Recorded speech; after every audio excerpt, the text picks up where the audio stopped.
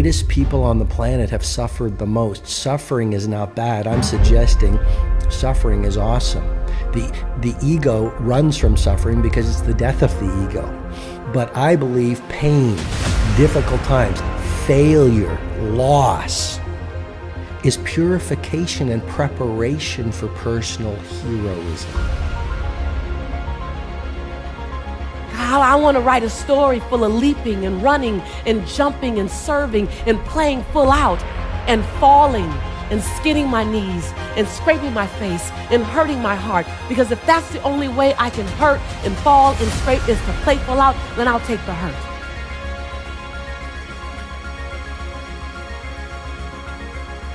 Those obstacles that you will encounter, that's how you grow.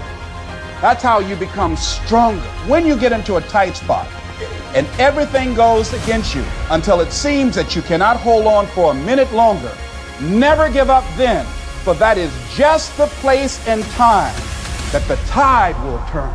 Because what I'm really afraid of and what you're really afraid of is getting to the end of your day, to the end of your life, and having something left to give. You need to love pain. However, mentally, physically, love it. You need to love it. If not, stay where you are. The only way you're ever going to get to the other side of this journey is you have got to suffer to grow. To grow, you must suffer. And I mean suffer. Your brain and your body, once connected together, can do anything. I outlasted the pain. I outlasted the pain. When I was sleeping in those abandoned buildings, I kept telling myself, one day you'll be a homeowner. Every time I walked into that abandoned building, I told myself that this might be your current circumstances, but this will not be how the story ends. All you have to do, E.T., is to survive today. Every single day when I woke up in that abandoned building, one day is going to be E.T.'s day, because that day can't come if I give up today. So every single day when I woke up, I kept telling myself, today might not be the day, but soon it will be my day, and I will recycle my pain. When I'm hurt, I love it. I love that feeling because it's real. That's the most realest feeling that you could ever have, is being in pain, because everything else, happiness could be fake, crying could be fake, but pain, shit, that's real. I'd rather have a skinned knee. I'd rather have a skinned chin. I'd rather be tired. I'd rather have a bunch of failures because I took the leap than a bunch of potential because I sat down. I firmly believe that you need something that is brutal, is difficult, is hardship. It knocks you off center. It makes you feel bad, because in the process of rebuilding and clawing back from that, climbing up, then you can become something. But unless you've been tested, unless you've gone through the ringer, you've got no hope. That's when you've got to fall forward, when life is kicking dirt in your face. Don't give up then. That's when most people turn back. Most people will tuck their tails between their legs and they will run in the opposite direction and say, that's all right, life, I don't want this. All right? No, no, no. If you've decided that this is what you want to do, you've got to become courageous to stand up within yourself, to face it and step forward. If you're on your knees because your life is falling apart, what I've discovered, Jay, is stay in as long as possible. Because difficulty is growth in wolf's clothing. I'm not training for a race. I'm training for life. I'm training for the time when I get that 2 o'clock in the morning call that my mom is dead or something happens tragic in life. I don't fall apart.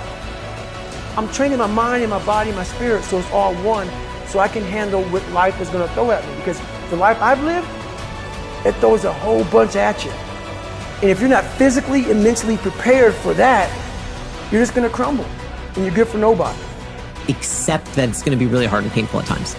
And for me, I used to resist feeling frustrated, upset, angry, anxious, depressed, whatever it was within the context of what was happening in the business. And it made it so much harder because I was constantly fighting with reality. As soon as I just accepted and just kind of like, I don't know, I have this like visual of myself just like bathing in the shit of it. It goes away so much faster that way. Yeah. For most people, their relationship with the pain and the inconvenience is to avoid it. Avoid as so much if you as could possible. be, yeah, but if you could say to yourself, on the other side of this is this other self. And so whatever your pain is right now, relationships just ended, financially, something that's difficult for you to do, maybe you're trying to lose weight, whatever it might be, on the other side of that temporary pain is the other self. You, whether you're stuck, whether you're in pain, whether you're suffering, you still have this flame inside you that is burning.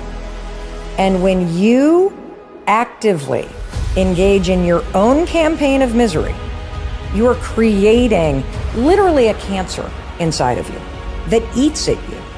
Pain motivates significantly faster and stronger than pleasure does.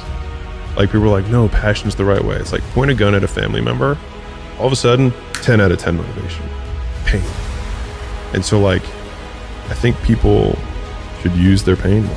Everything in your life, there's an opposite, right? To everything, there's up, there's down, there's in, there's out, there's east, there's west, there's an opposite.